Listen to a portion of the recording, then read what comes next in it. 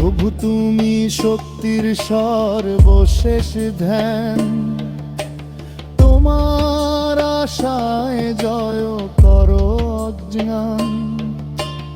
জীবন চলুক তোমারই পথে, ভগবান কৃষ্ণ থাকা চির সাথে।